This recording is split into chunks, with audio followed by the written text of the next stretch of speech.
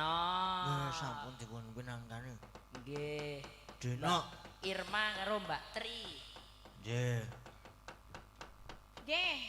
Menika pukul sudah menunjukkan pukul 3:10 Mas Gading. Nggih menika sampun napa malih?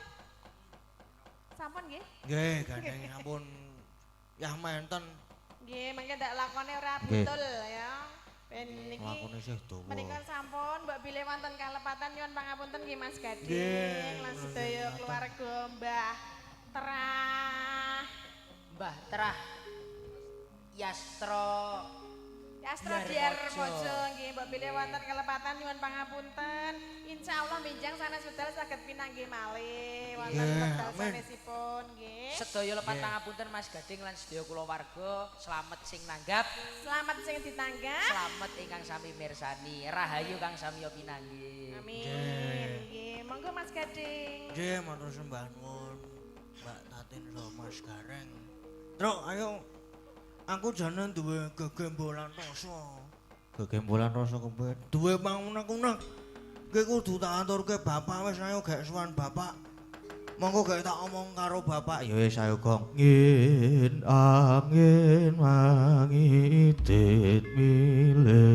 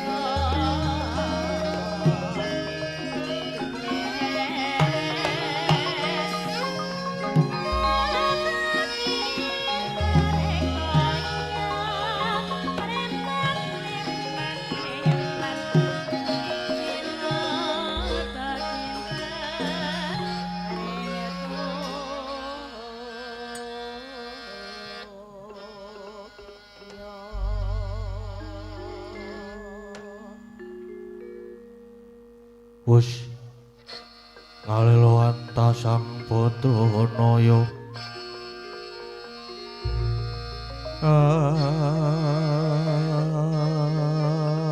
ngrajut Aji Mandala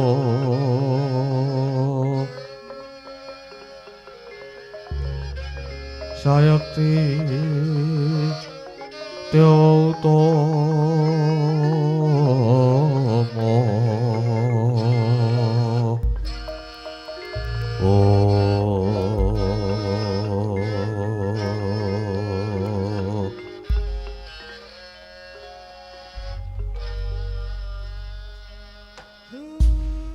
Blagagagugag sadulita mel anak-anak kunala gareng Petruk Bagong mulane kowe dina iki dora tak jak seba sowan menyang negara Ngamarta merga aku ngerti pirang-pirang dina iki anakku Bagong tak wis padake kok katon sundrut guayane sajake duwe gegembolan rasa mulai iki mengko Bagong matura ya Truk wah bapak iki jeneng Mas Kitha tenan ya Truk ya ha iya padahal mau ki Bagong lagi rasan-rasan lho jenenge wis Semar kok wis ora bakal samar Bagong kowe iki jane ana apa to kok kaya susah banget ya ngene ya Pak aku tak matur jane aku kawit mikir lek ku ngimpi lah kowe iki ngimpi apa aku ki ngimpi kaya tenanan sih Pak nang ngimpiku ki ceritane aku kaya numpak prau ngono kae lho. Nang dilalah ana angin gedhe.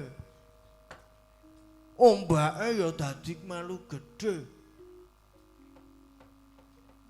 Terus bar kuwi praune terus jungkir balik. Terus glempang. Terus gegulung ombak. Aku ya melu gegulung ombak kuwi, Pak. Kowe jane iki pralambang apa to Pak nek kaya ngono kuwi? Lah kok ngimpi kaya mangkono to, Lek? Kuwi jane pralambang ala. Ketang sedela kowe bakal nampa pacoban ning nek kowe iso mentas saka pacoban, kowe bakal oleh nugraha Bagong. Miat lang ning kalanggiwan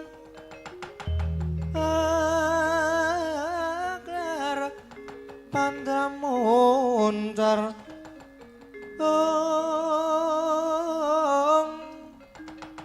tinan lara kakonang surem sorotetan badang kasoran bacaring murnameng gagono dasare mongso katiga praptane Raden Werkudara miwah Raden Janaka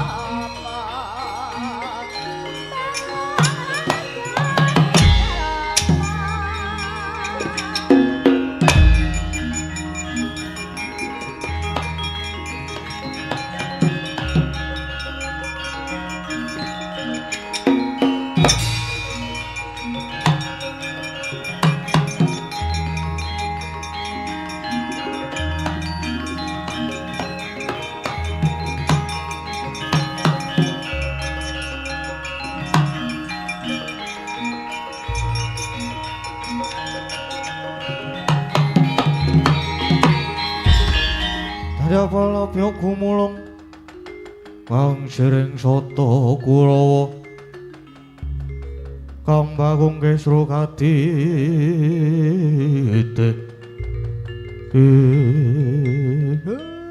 Ndara Werkudara lan Ndara Janaka sing rawuh mesti mung arep paring duka ning kula nggih mung pasrah merga kula ngrumangsani luput nek pinten-pinten dinten boten siba caos wah perkarane dudu kuwi lah iya Kakang Semar tekaku ning ngareng kadempel ora ngrembug babagan Kakang Semar ora siba caos nek sanes niku banjur napa Kang Mas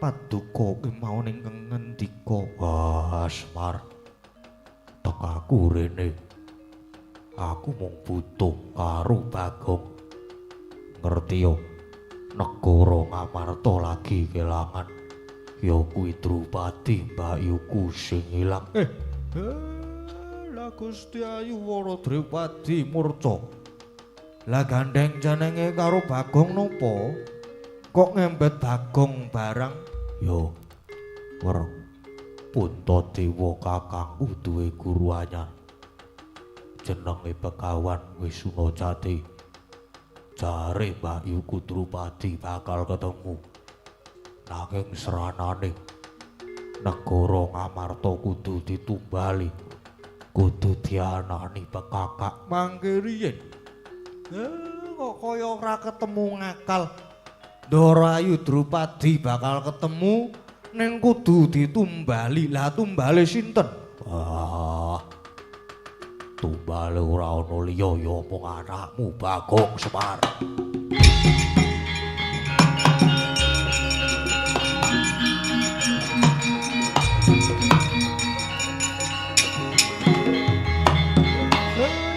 Lida jare ngadaplok lah rak tenan. Mula kok rasaku kawit mau ora kepenak.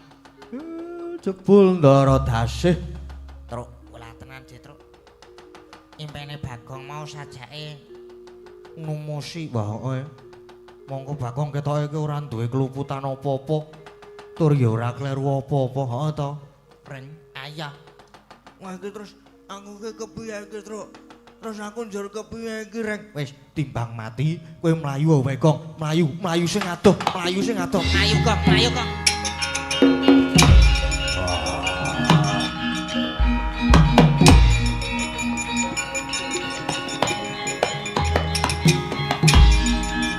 Wah, San.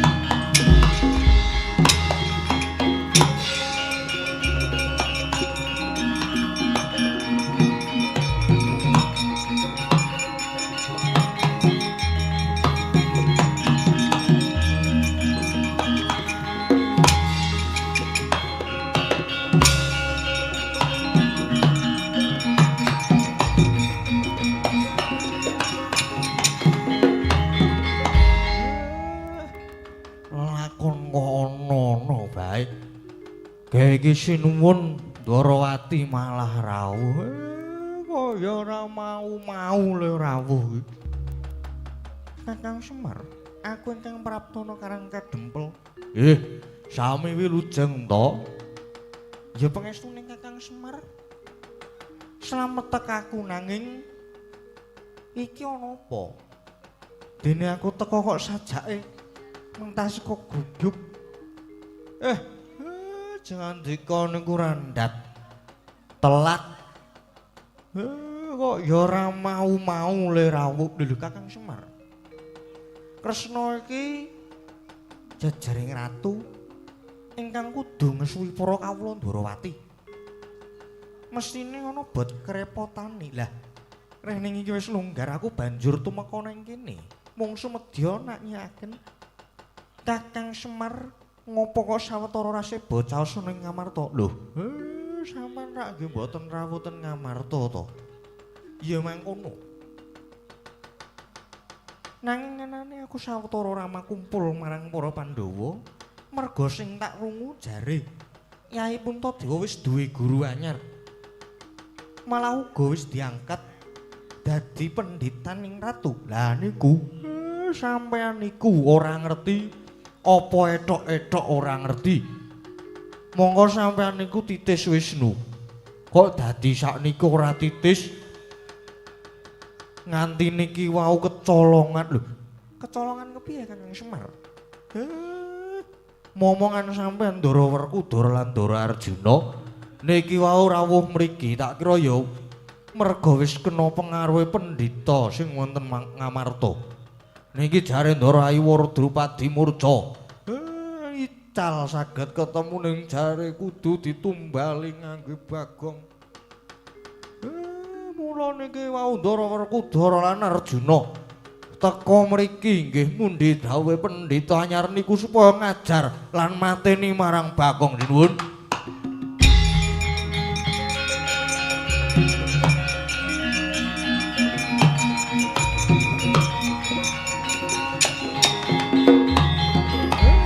Sampane etok kaget to. Pun padhang lelakon iki kula pasrah borong kalih jenengan. Lah nek nganti Bagong niki mangke wonten napa-napa sampean sing tak cucuk.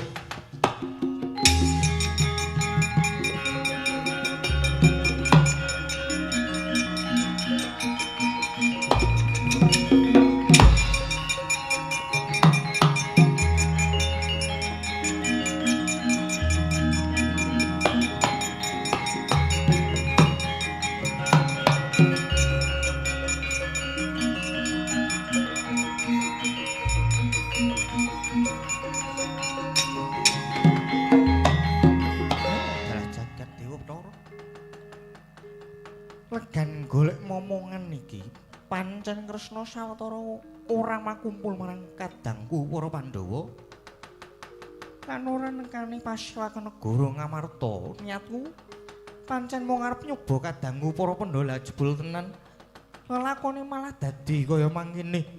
Monggo Semar nutuh marang Kresna ya tak rampungane Dimas Werkudara, Dimas Arjuna Bagong aja mbok ajar mandhek Yai.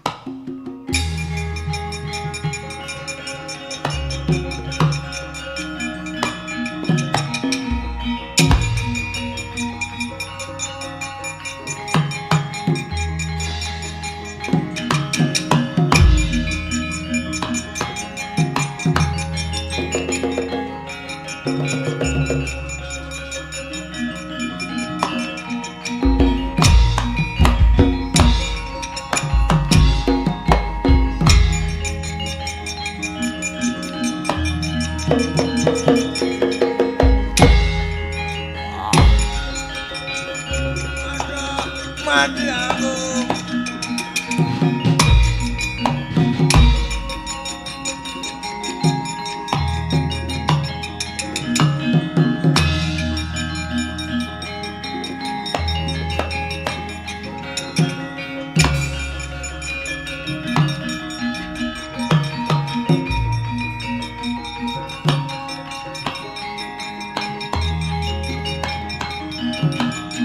Jan, hop.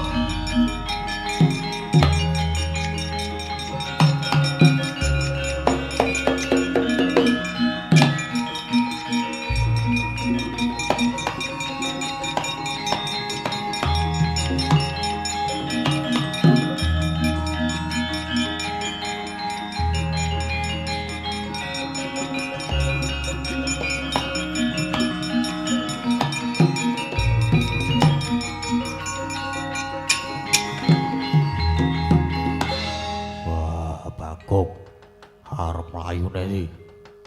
Mlayu mesti iso tak cekel. Walah. Mbok menawa impanku iki nembur iki, Dan.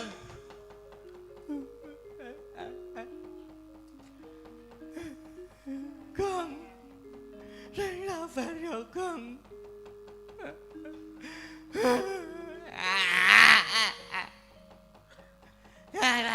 Sabar. Ora ngampleng-ngampleng lara. Rembanku ketok iki tembus, Tru. Gak lepat kula niku napa to, Dan? Lepat kula niku napa, Gus? Kok ngerti-ngerti kula arep ditadekke tumbal kelepati kula niku napa? Nek kula cetha-cetha luput, monggo arep diajar ning mbok sing cetha perkarane iki napa? Lah wong ora cetha perkarane kok Bagong arep ditadekke tumbal. Kang.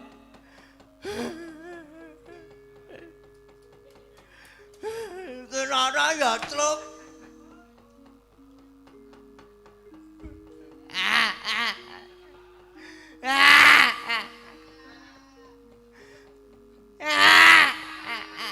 Sabar ya, Le. Wah, luputmu tok kempit, luputmu tok endit, Bagong, manuto kuwi didadekke tumbal wadal. Dan Bagong niku mboten luput napa-napa, Bagong niku mboten luput napa-napa. Ora ngerti perkarane. Kok ngerti-ngerti arep didadekke tumbal. Mlayu wae. Mlayu Gong, mlayu Gong.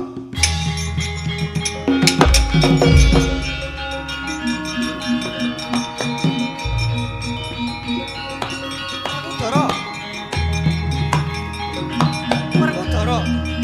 Arjuna.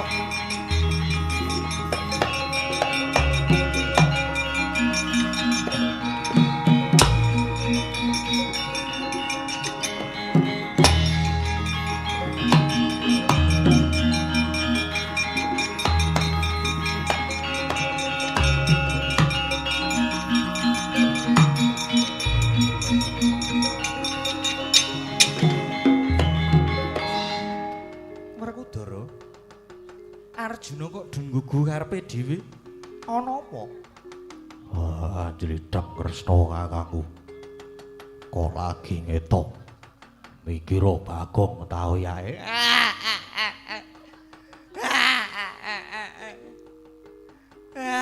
Nuwun. Bagong nuwun. Kowe iki menengo sik to?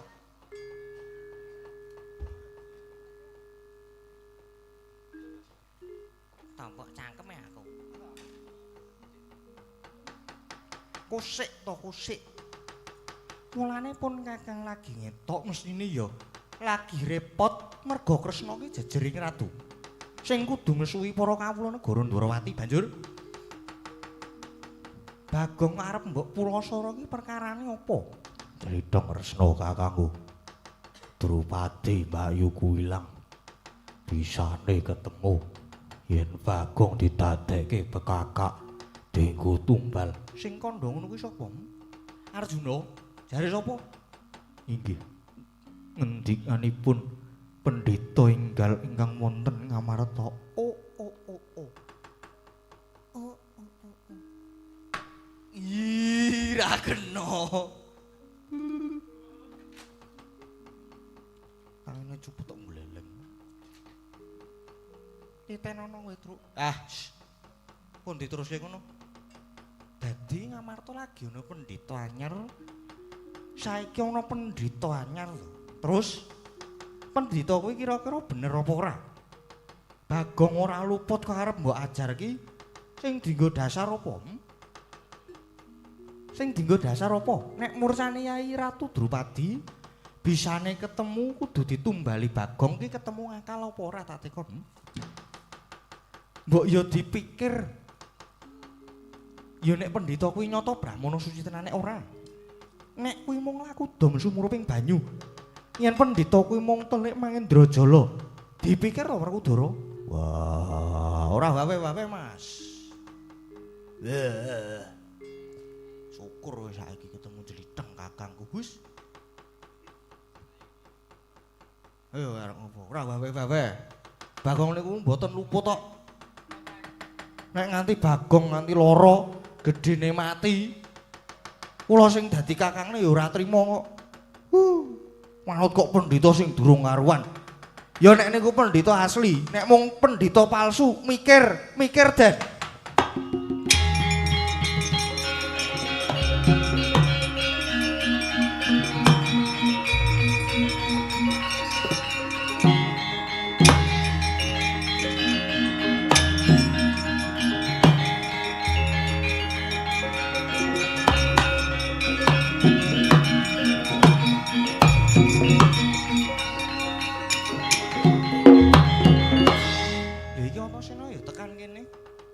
Oh, Pak De.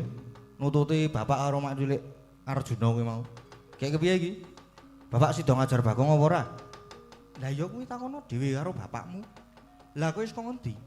Lah ya mesine saka negara Ngamarta. Mulane aku banjur mlayu ning Karangkadempel nututi bapak iki merga critane negara Ngamarta kira ana pendhita anyar to? Iya. Jenenge Begawan Wisunajati. Ha kuwi gawe pengaruh. Ilange Budhe Drupadi bakal ketemu nek Bagong didadekke tumbal. Terus dawuh karo bapak karo Paman Janaka lah. Saklungane bapak pendhita anyar kuwi tak ajar jebul badar dadi buta. Mulane aku banjur mlayu mrene iki aja nganti bapak lan Pawan Arjuna kuwi ngajar Bagong. Lho, Werkudara ngandel apa ora? Wah.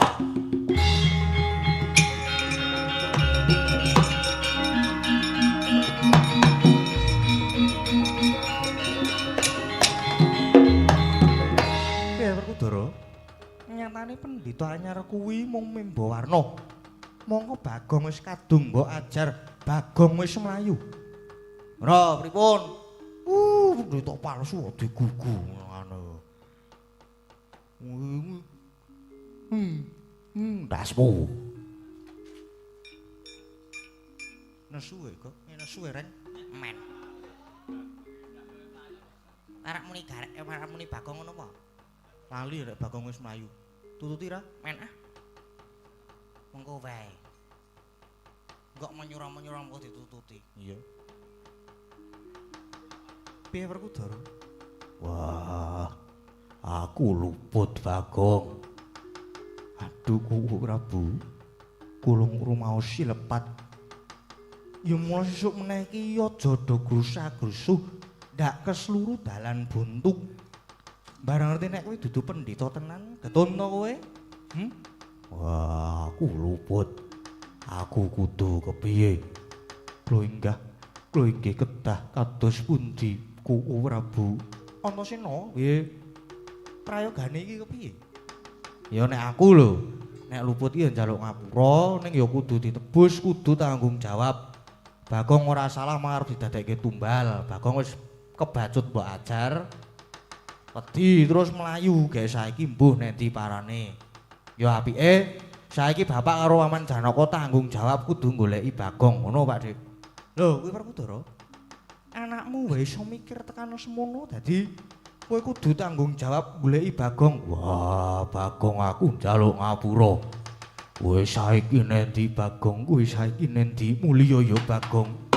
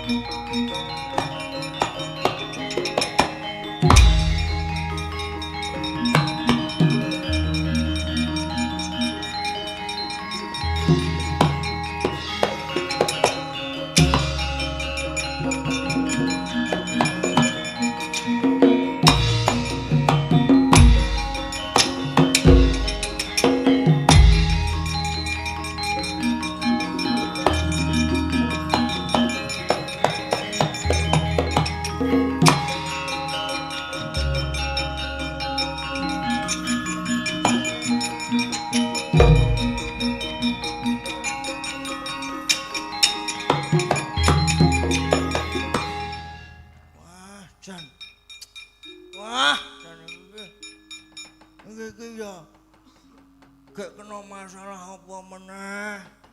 Wingi bar ditagih. Masalah ditagih wis rampung. Ketekan masalah malah saiki dikamplongi karo bendarane dhewe. Rasane kepengin lalu. Apa tak golek segara gak tak jegur ngono apa ya? Ya nek matihane ora. Rampun malah mak kesiksa aku mengko nek ngono kuwi golek tebing. Iki mau jegur jurang ora mati ya. Apa tak golek tampar wae kowe ya? Ah mengko nek ora mati ya kan.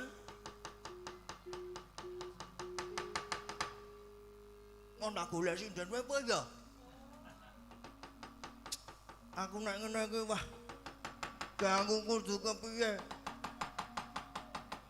Aku nek mati karo tangane bendara-bendaraku dhewe aku ya mah. Nang kepiye carane pokoke Bagong arep golek dalane mati wae.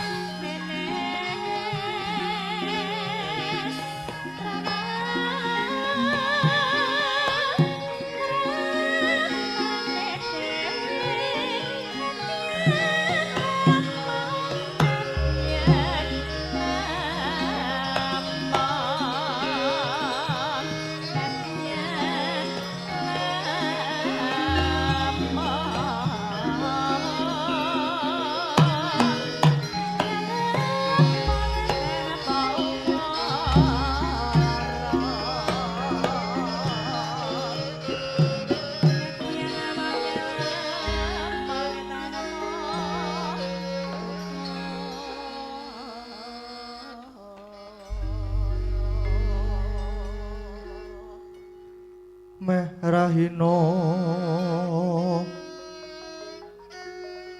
semupang iwang haruna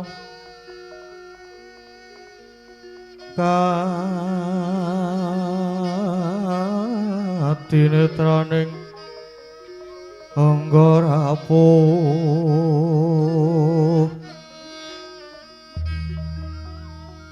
sabdaning kukila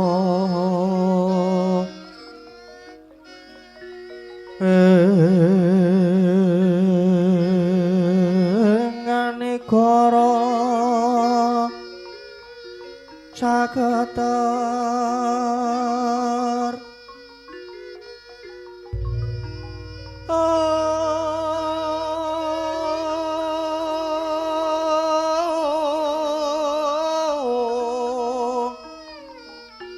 kirne tunga engko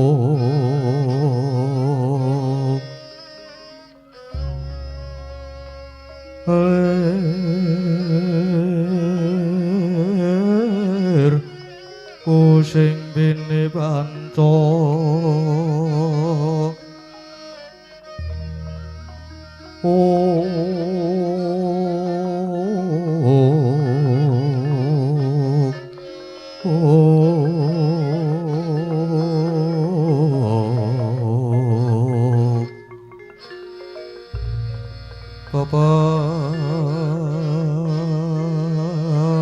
Toking ayam ono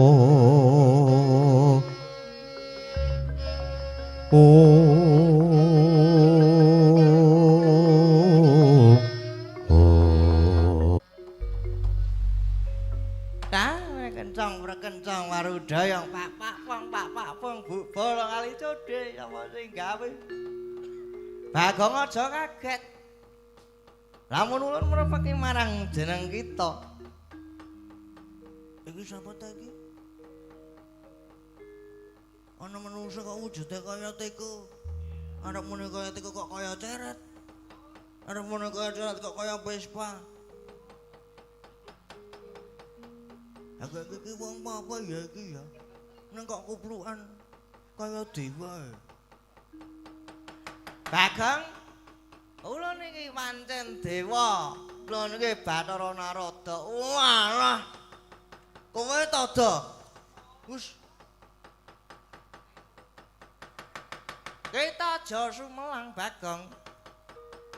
Senajan kita iku mung jejaring punakawan lan abdi, nanging kita iku watake jujur.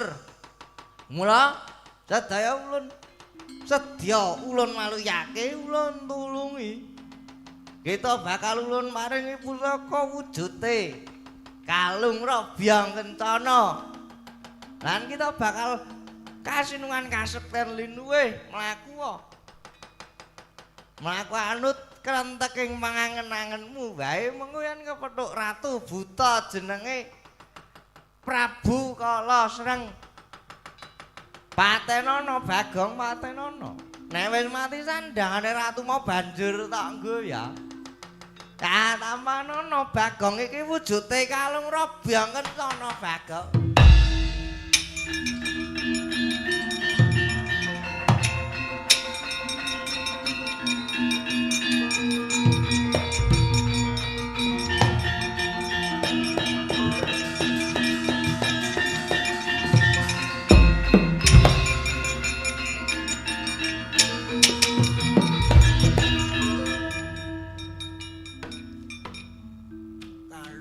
Robyong Kencana. Iki apa iki?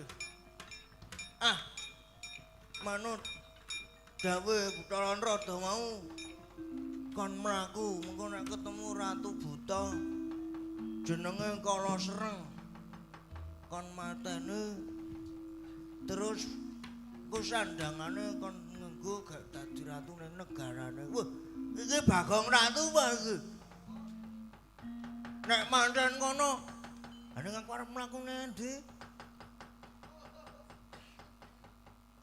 Sing mandan mlaku lah manut sikile mlaku. Apa tak jajal nyerak-nyerak ning negara Ngamarta kono, mbok menawa engko ketemu karo ratu jenenge Prabu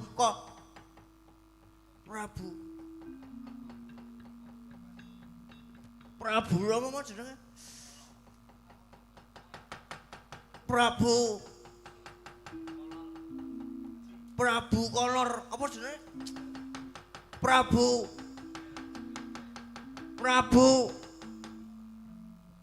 Kala Sreng.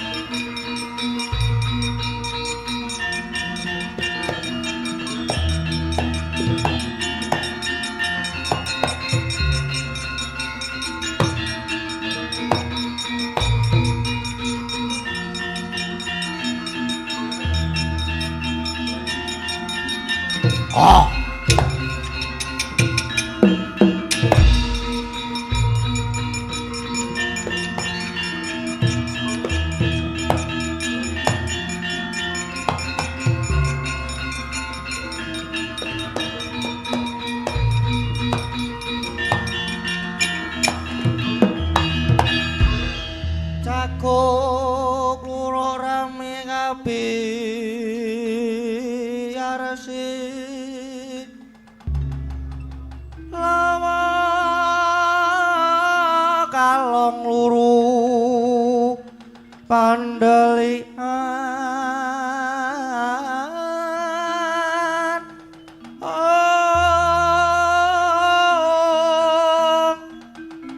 trekawanan ing semune wetan bang sulaipun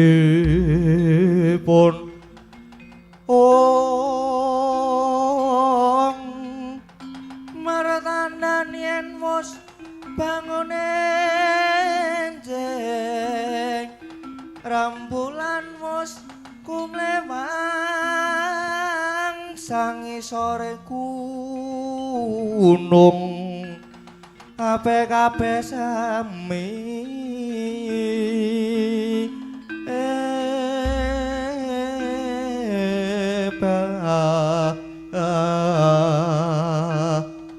anang wadon sami angaya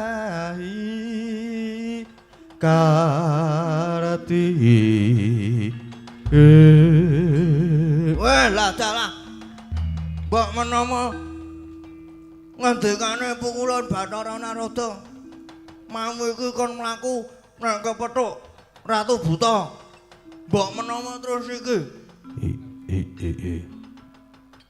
Yuang tete kala ludra arcaka blae iblis lanat padha jig-jigan mengko dhisik jroning rumahku kok iki ketemu wong rada aneh ning ketoke aku kaya tau ngerti gambare nek ora kleru kowe iki rak punakawan Bagong to weh lah dalah ampun tenan ngerti karo aku kowe ya aku punakawan Bagong ya aku Bagong kowe Ratu Buta jenengmu sapa ya aku ratu ana ing negara Parangreceng jejulukku Prabu Kalasereng Prabu Kalasereng ya dasar kepara nyata lha iki cocok karo sing dingendikake pukulan Bathara Narada Prabu Kalasereng Nranjang botol langkumu arep nendi kowe aku arep ning negara Ngamarta nek wis tekan negara Ngamarta banjur kowe arep ngopo nek wis tekan kono aku arep ndusta aku arep nyolong pusaka ya kuwi pusaka Jamus Kalemasada merga bakal tangguh srana nggonku bakal garwa Dewi Drupadi wah lah nek ngono wis genah cetha sing gawe geger nyolong Gustiku Ndarayu Wara Drupadi kowe to mula kowe kudu mati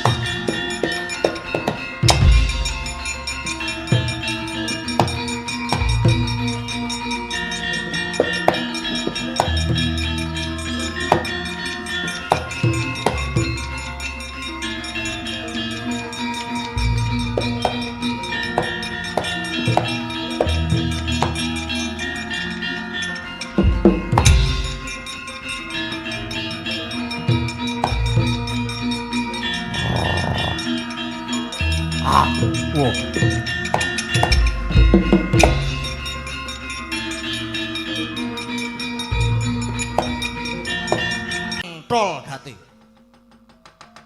Lan saiki sing dadi ratu negara Parangreceng kuwi aku.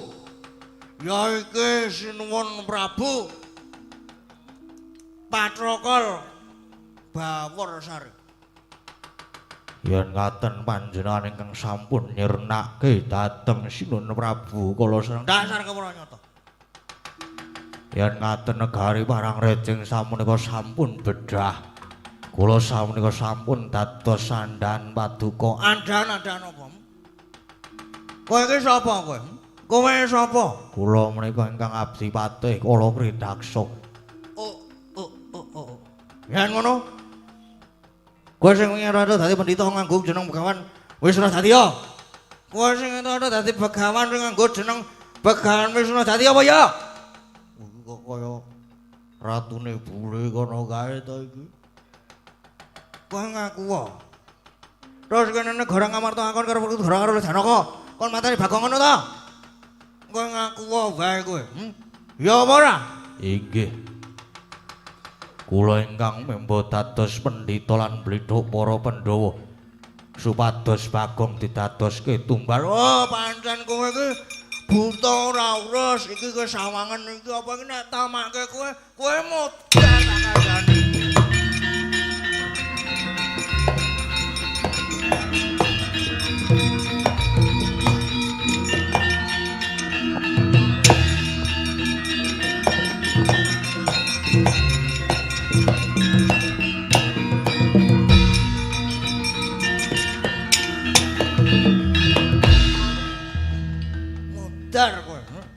buta mantu sing gawe elek jenenge Bagong. Modar wis ben nek punggawa kraton marang rejeng sing liyane ora bakal tak panteni. Malah arep tak dadekke anak buahku.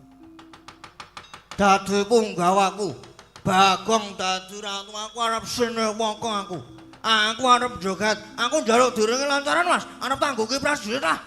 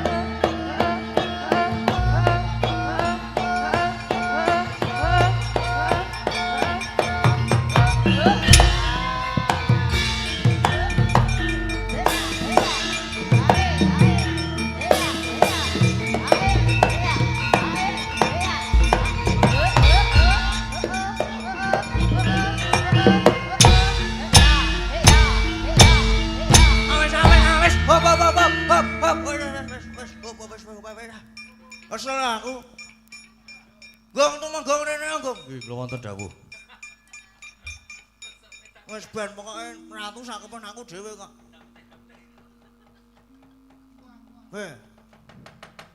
Jagat tewo bener. Bocah menunggung, punenggung, tumenggung. Saiki ingsun ingkang jumeneng nata ning parang rejing niki. Jajula Prabu Pacokol Bawarsari ya Prabu Antol Gatuh. Kowe jenengmu kok sapa kowe jenengmu? Nggih. Inggih kula pun Tumenggung Panigas Rikma. Nggih. Tumenggung barber. Oh, kowe iki sing tukang cukur kuwi. Nggih. Kaleresan mekaten, Jun. Mula kowe ora tak mateni. Kowe malah tak dadekke patih kowe Tumenggung Panigas Rikma. Lho nggih. Matur sembah nuwun sinuwun ya. Ning kowe sing manut lho kowe ya. Pokoke apa-apa sing dadi dawuh ingsun sira patih kudu isa nindakake kanthi sip. Nggih, isa kedhawu. Ayung tangane ku sing bener. Nggih. Ndungkluk meneh. Nggih. Rada dijokke. Nggih. Kurang munggah meneh. Nggih. Ngono kowe. Kudu kaya ngono kuwi. Iki niki mengki kemeng. Ora urusan. Kudu sing manut, ora gelem manut tak copot lehmu dadi patih. Nggih, isa kedhawu. Nggih. Isa kedhawu. Patih, Nuwun dawuh. Gandeng Ratu ki kudu duwe garwa Mamreswari, apa jenenge? Garwa Prameswari. Garwa Prameswari. Garwa Prameswari. Aku arep nglungsur sing dicolong Prabu Kala Sreng ya kuwi Dewi Wara Drupadi.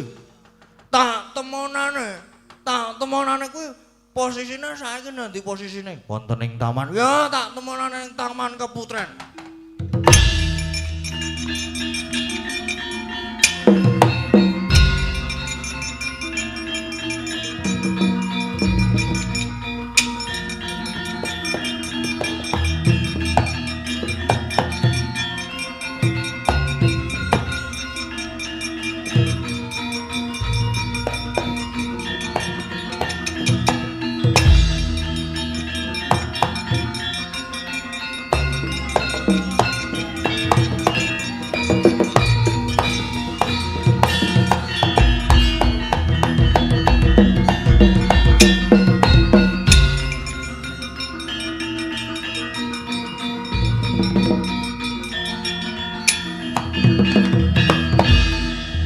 Menika sinten kok ngrasuakemanipun Prabu Kala Sreng.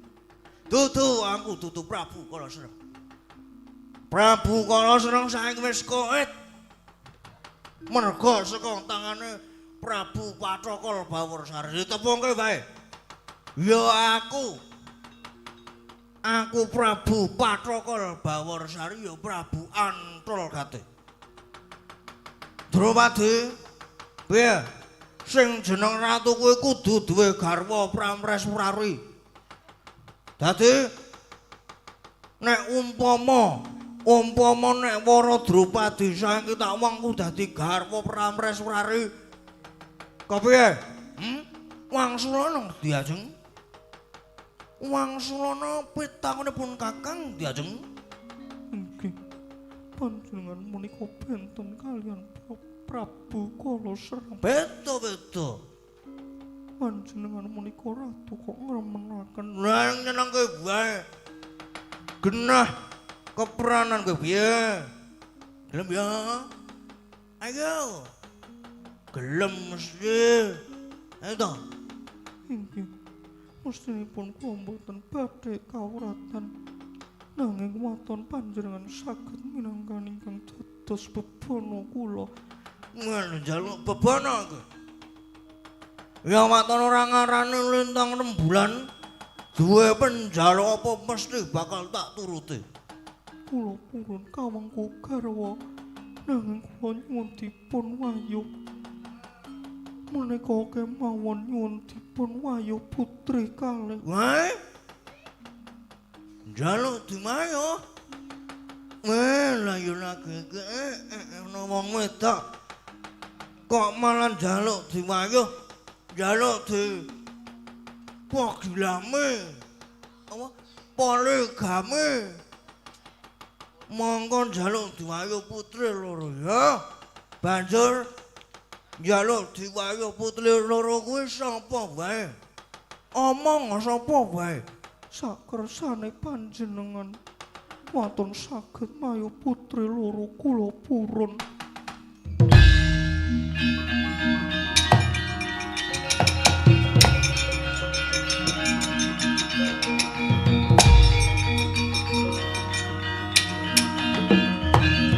Wah, janono kowe.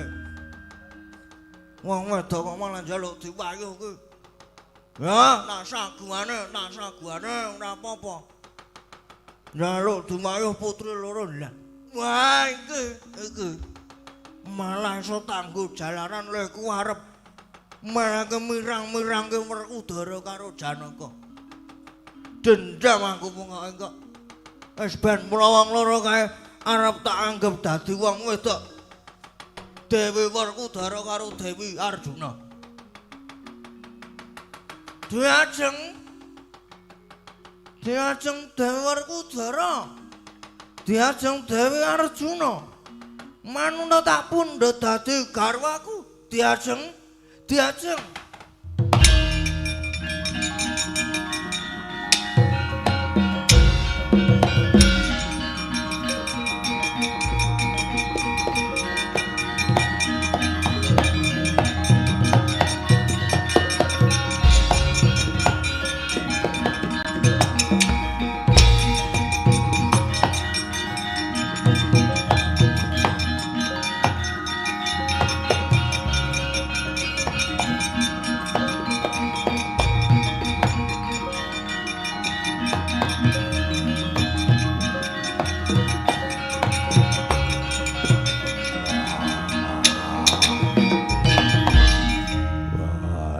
sapa?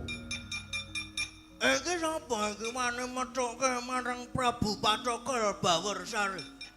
Iki ratu saka ngendi? Aku tepungke wae. Pacokel Bawersari, ratu saka negara Parareceng. Ayo kowe sapa kowe? Kowe sapa ngaku kowe diajeng Werkudara? Wah. Iki bangsane apa? Aku ratu. Aku kepengin ketemu karo Diajeng Werkudara, malah wis dipethoke ana kene. Ayo, kowe gelem ya kowe ya. Wah, gelem apa? Kowe gelem tak pundhut dadi garwaku. Kowe tak dadekke garwa Pramreswari. Cangkeme.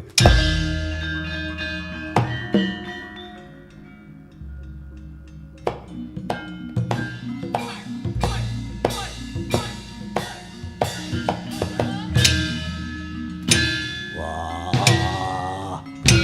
Ayo Diajeng, ayo. Ayo to, ayo. Mati. Udan. Ora apa-apa. Aku ora apa-apa. Aku ora apa-apa. Ayo, ayo, ayo. Ayo, Diajeng Werkudara. Diajeng Werkudara laden pun Kakang Diajeng Werkudara. Ayo kowe, modar kowe arep ngapa?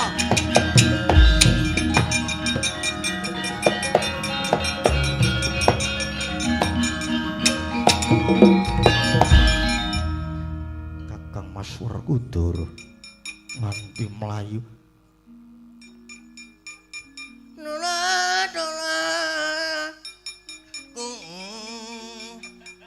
Tama.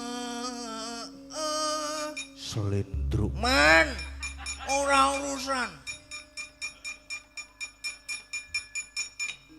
Iki sapa? Ditepungke wae aku ratu saka negara Parareceng.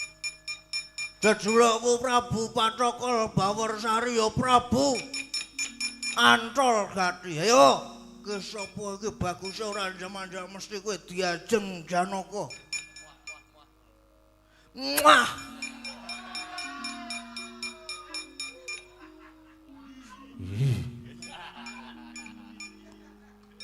Kowe kuwi ratu. Panten dasar kepara nyata. Goleki sapa? Diajeng Janaka. Ana ngendi? Panggone Diajeng Janaka. Aku. Ya aku Raden Arjuna ya Raden Janaka. Nek aku ki lanang. Hae? Aku ki lanang. Lanang nek menurutmu, menurut mataku, apa kamu terlihat seperti laki-laki? Raden pun Kakang ya Diajeng Arjuna. Raden pun Kakang Diajeng, Raden pun Kakang ya Diajeng Arjuna.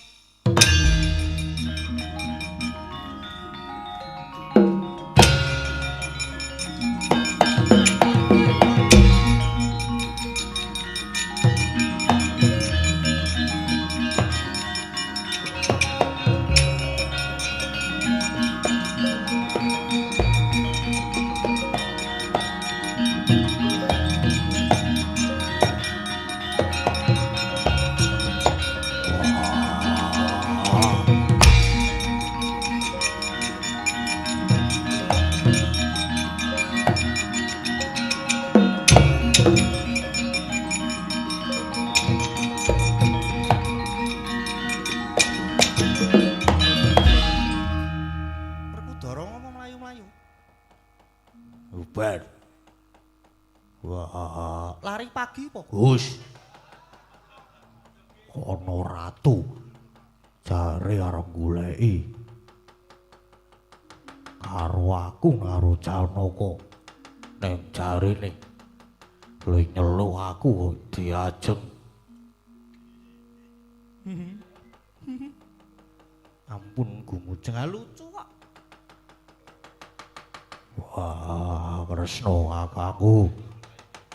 Kepiye iki aku doyak-oyak ratu edan. Wah, Diajeng Werkudara. Diajeng Janaka. Ladenana pun Kakang ya. Rene ya ta. Ayo ta. Gak cepet diajeng. Diajeng. Diajeng Werkudara. Diajeng Janaka. Ladenana pun Kakang ya diajeng. kae apa ratune? Yo. Wah, kote. Aku gila. Mbok nek Janaka kuwi gila apa ora gila? Nek mungsuh kaya ngono kae aku gila. Apa meneh aku mau di ngono. Ih. Ih. Ih. Ampun kados ngaten tukuku Prabu. Petruk karo Gareng kan tekan kene. Iki ngopo to iki? Wah, kejemong iki kok. Pripun? Rono. Pripun Sinwun?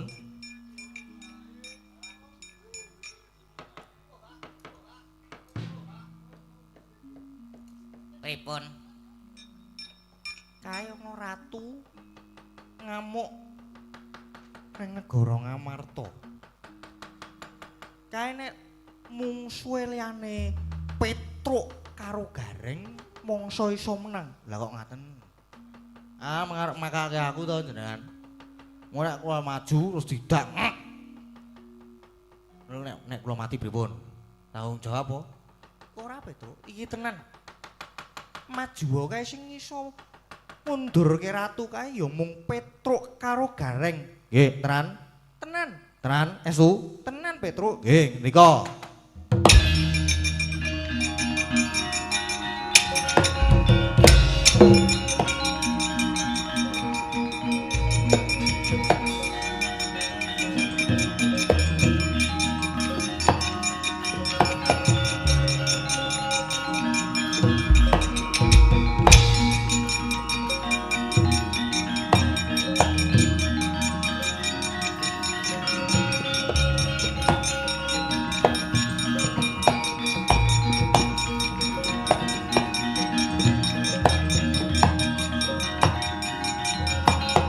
Diajeng Werkudara.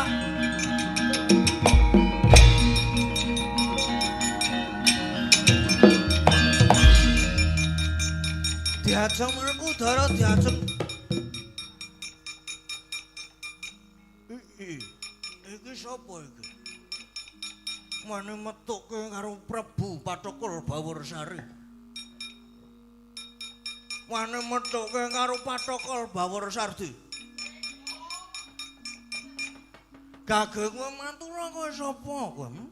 Ana menungsa wujude kaya tremelu sing mburi.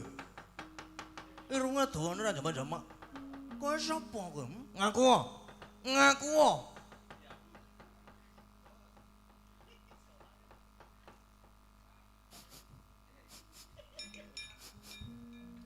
Ampune solar. Apa? Ampune solar. Apa iya?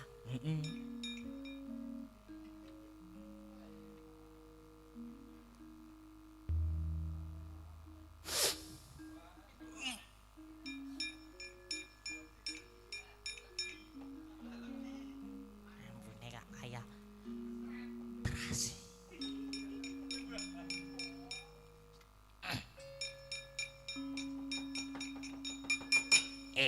Kowe. Kisana.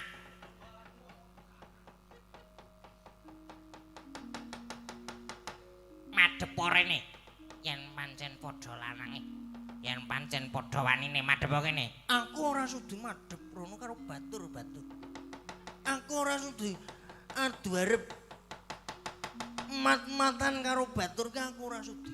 Reget mataku. Kotor.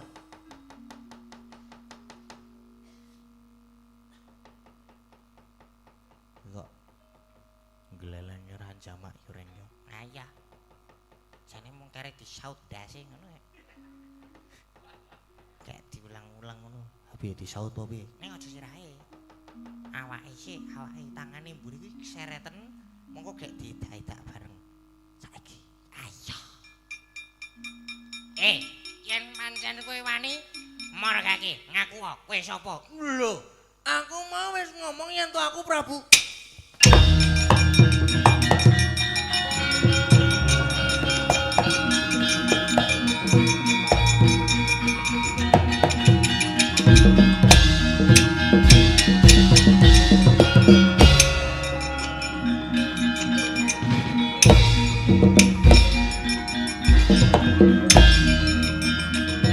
Mati kowe, mati. Iya. Wah, iya.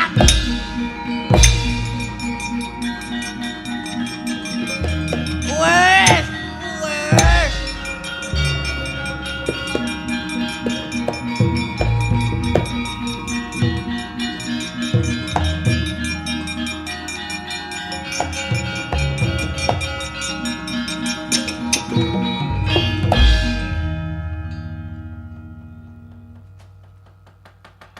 Dadi ratu barang kok. Men ngicipi.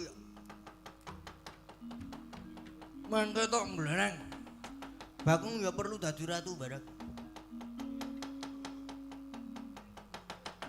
Kok iso dadi ratu? Men mengko nang omah nak critani karo bapak barang mengko tak critani, Ndara. Gus nuwun niki ratune pun badar, Gus.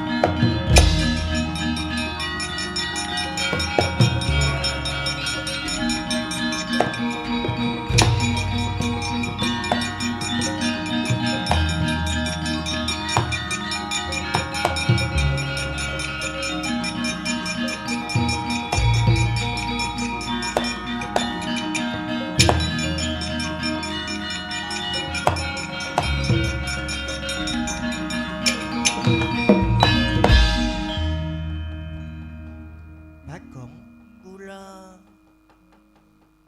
Wah, Bagong sing dadi ratu. Nggih. Nggih ngapunten nang kula mirang-mirangke. Nang kula gawe sinen jenengan nggih ngapunten. Wah, aku sing njaluk ngapura. Aku sing njaluk ngapura, Bagong. Nggih pun mboten napa-napa. Sing penting njang ampun dibaleni nggih Ndara nggih. Yo, Mengke nyuwun sangu. yo. Aku njaluk ngapura, Bagong. Nggih pun mboten napa-napa sing penting enten sangune pun kula pun mboten napa-napa. Pokoknya semua bisa jadi uang. Iya mengko tak paringi. Ya nggih matur sembah nuwun. Bagong, Kula wonten damu. aku nedon remo banget. Tujune ana kowe, Bagong. Yen ora ana kowe aku wis diruda paksa Prabu Kala Sereng. Matur nuwun ya, Bagong. Nggih sami-sami. Sami-sami monggo kula nggih mung dadi lantaran kok pun monggo gek kondur pun.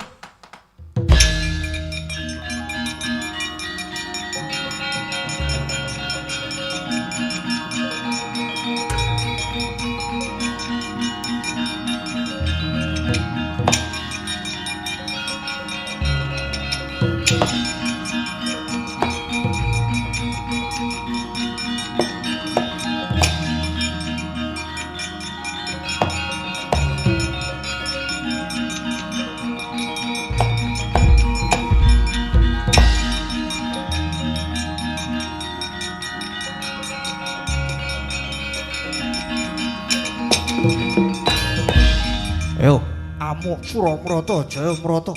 Iki padhe. Badhe Sinuwun Prabu Pathokol Bawaresari. Aku padhe Panigasrikma. Ora nrimake padine Sinuwun Prabu Pathokol Bawaresari Nututana.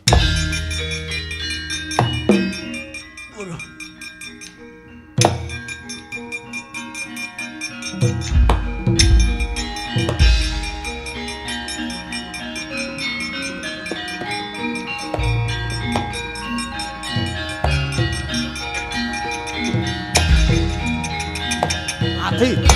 Ah. Oh.